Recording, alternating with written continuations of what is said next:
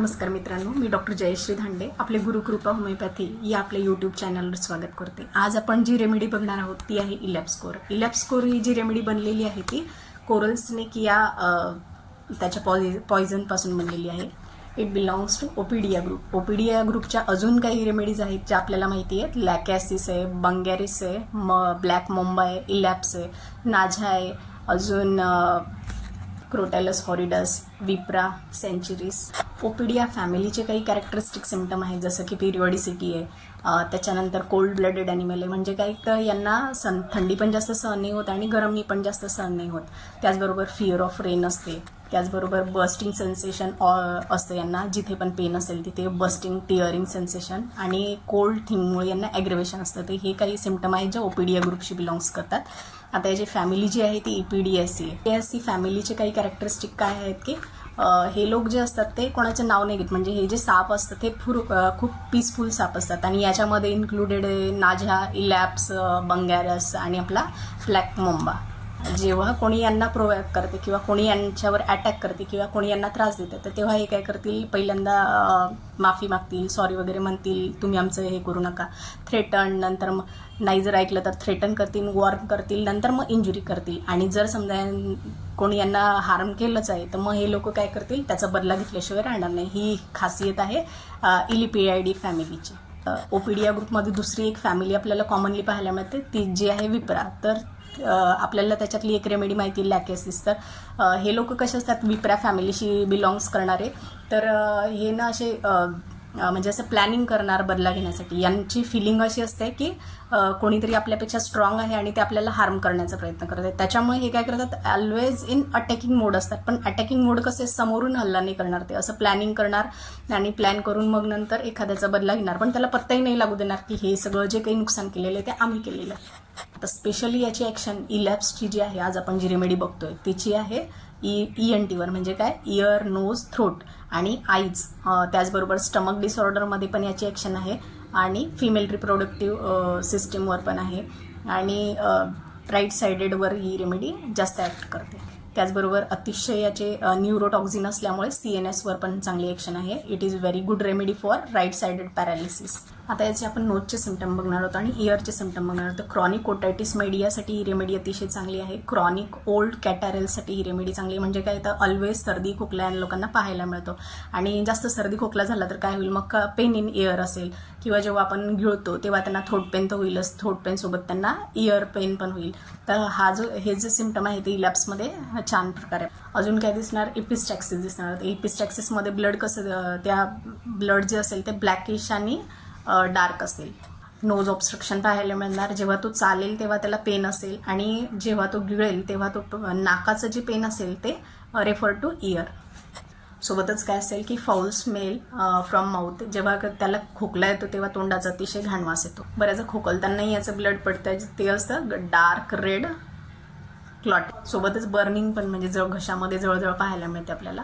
ही remedy एअरवर पण काम करते, जिथे की हार्ड वॅक्स तयार झालेलं आहे कानामध्ये। अतिशय काही जणांचं असतं पिरियॉडिसिटी, दर 6 महिन्यातून किंवा दरवर्षी त्यांना कानात ला मळ काढावा लागतो आणि जो असतो अतिशय हार्ड आणि स्टिकी असतो। तर जो काही डिस्चार्ज असतो कानातला तो सुद्धा स्टिकी असतो आणि ग्लुई लाईक असतो, जो मॉर्निंगमध्ये वाढतो, म्हणजे सकाळी सकाळी याचे सगळे सिम्पटम्स वाढलेले दिसतील आपल्याला, कारण का ते याला ॲग्रेवेशन फ्रॉम कोल्ड पण आहे। नाईटली डेफनेससाठी पण ही रेमेडी वापरली जाते, जिथे त्यांना रात्री आवाज देऊन देऊन आपण थकून जाणार पण त्यांना आवाज नाही येणार। नोजचा सिम्पटम एक आपला पाहायचा राहिलेला होता, तर नोजचे जे डिस्चार्जेस असतात ते अतिशय हार्ड ग्रीन लाईक पल्सिटीला असतात। काही वेळेला याचे जे डिस्चार्जेस असतील ते स्ट्रिंगी डिस्चार्जेस आपल्याला दिसतात, जास्त करून जेव्हा की खोकला येत असेल तेव्हा। स्टमकवर पण ही रेमेडी खूप चांगली काम करते। तर याचं एक कीनोट सिम्पटम काय आहे, तर स्टमकमध्ये कोल्ड सेन्सेशन ऑलवेज, म्हणजे काही पण खाल्लं याने तर याच्या पोटामध्ये असं वाटतं की खूप थंड झालेले, असं वाटतं पोटात सगळं थंडच आहे, आणि तरी पण याला desire for icy cold things असते, म्हणजे they love to eat icy cold things किंवा बर्फ। आपल्याला बर्फ तोंडात घेऊन खाणारे जे दिसतील ते इलॅप्स असतील। इसोफेजियल स्पाझमसाठी ही रेमेडी अतिशय चांगली आहे, म्हणजे जिथे की थ्रोट कन्स्ट्रिक्शन असेल किंवा कन्स्ट्रिक्शन ऑफ द स्पाझम फॅरिंग्स झालेलं असेल, याच्यासाठी अजून चांगल्या 3 रेमेडी आहे, ॲसाफोटिडा, क्युप्रमेट आणि कॉस्टिकम। त्याचबरोबर इसोफेजियल कॅन्सरसाठी सुद्धा ही रेमेडी वापरली जाईल जेव्हा सिम्पटम्स आर मॅच। आता यांना जी ऍसिडिटी होते त्याच्यामुळे काय होतं की म्हणजे गॅस्ट्रिक हेडेक म्हणता येईल आपल्याला, जे ते ऍसिडिटी झाल्याच्या नंतर त्यांचं जे पेन असतं ते फ्रंट टू बॅक म्हणजे फ्रंटल पासून चालू होणार ते बॅक ऑफ द हेड पर्यंत जाणार.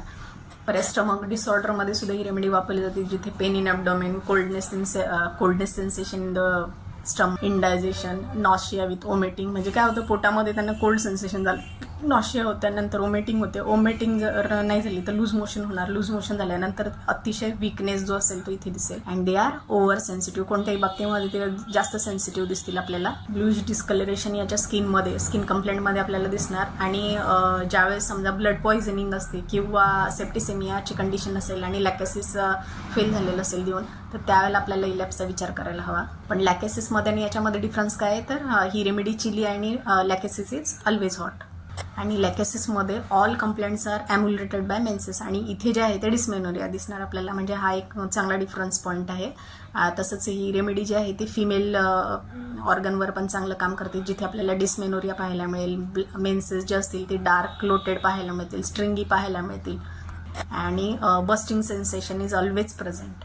बस्टिंग म्हणजे काय, असं वाटतं त्यांना की आता काय फुटून जाते का काय किंवा फाटून जाते का काय आपली गर्भपिशवी असं.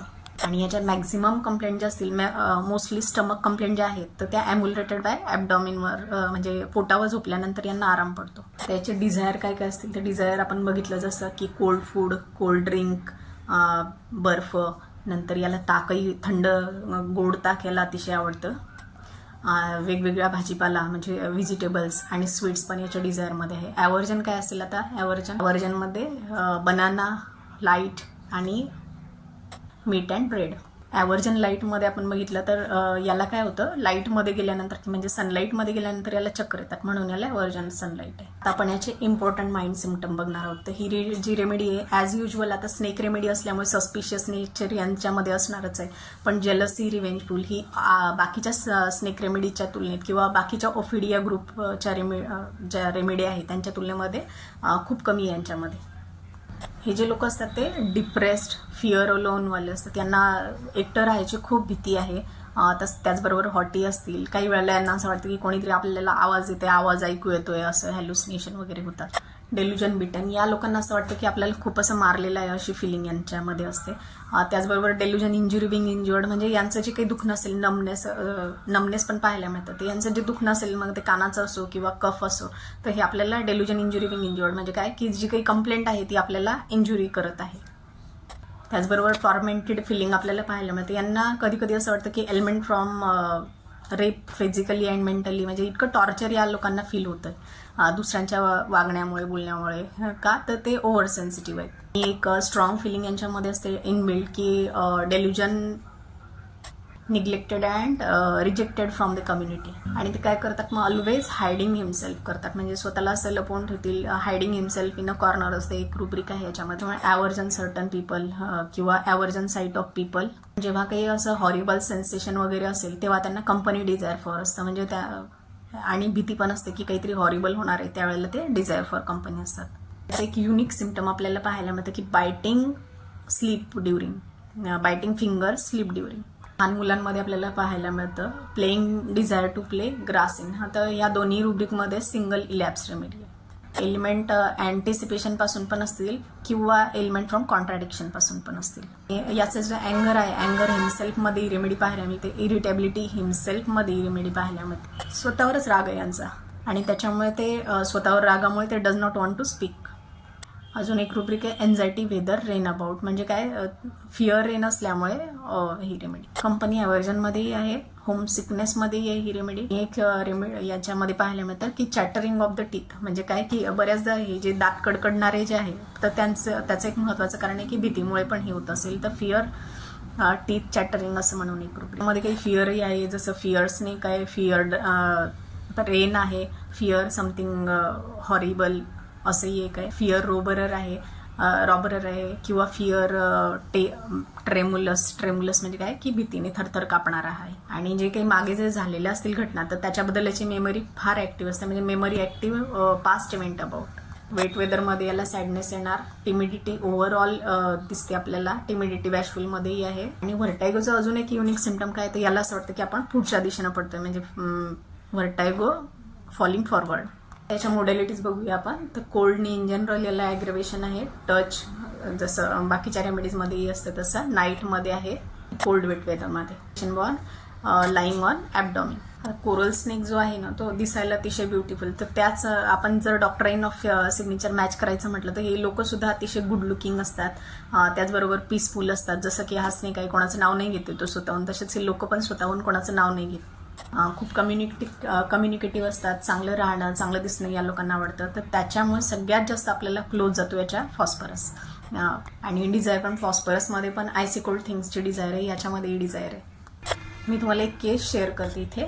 जी का लहान मुलाची आणि त्याला कानामध्ये ऑलवेज वॅक्स होत राहतो कंटिन्यूमध्ये, म्हणून क्लिनिकमध्ये आणलं गेलेलं आहे. आणि तो जो असतो खूप हार्ड असतो, तो निघत नाही, त्याला प्रत्येक वेळेला काढायला डॉक्टरांकडे जावं लागतं. तर या मुलाबद्दल त्याच्या आईला जेव्हा विचारलं गेलं की कसं आहे, तर त्याच्या आईने सांगितलं की दुसरं तर काहीच प्रॉब्लेम नाही, तो अतिशय शांत वगैरे आहे स्वभाव आणि कोणाचं नाव वगैरे नाही घेत, खूप छान खेळत राहतो. आणि ऑलवेज ना म्हणजे तो खेळ तितका असतो की कोणी जरी नसलं तरी खेळायला जायचंच असतं त्याला. म्हणजे जायचं असतं म्हणजे कुठे, तर त्याला ना ग्राउंडवरच जायचं असतं. आणि जिथे ग्राउंडवर असं खूप छान मस्त गवत वगैरे असतं, त्या गवतातही तो एकटाही खेळत असतो. आणि एक अजून त्याच्या आईने एक गोष्ट सांगितलेली असते की हा जो रात्री आहे ना तो फिंगर्स किंवा हात असं चावत असतो म्हणे.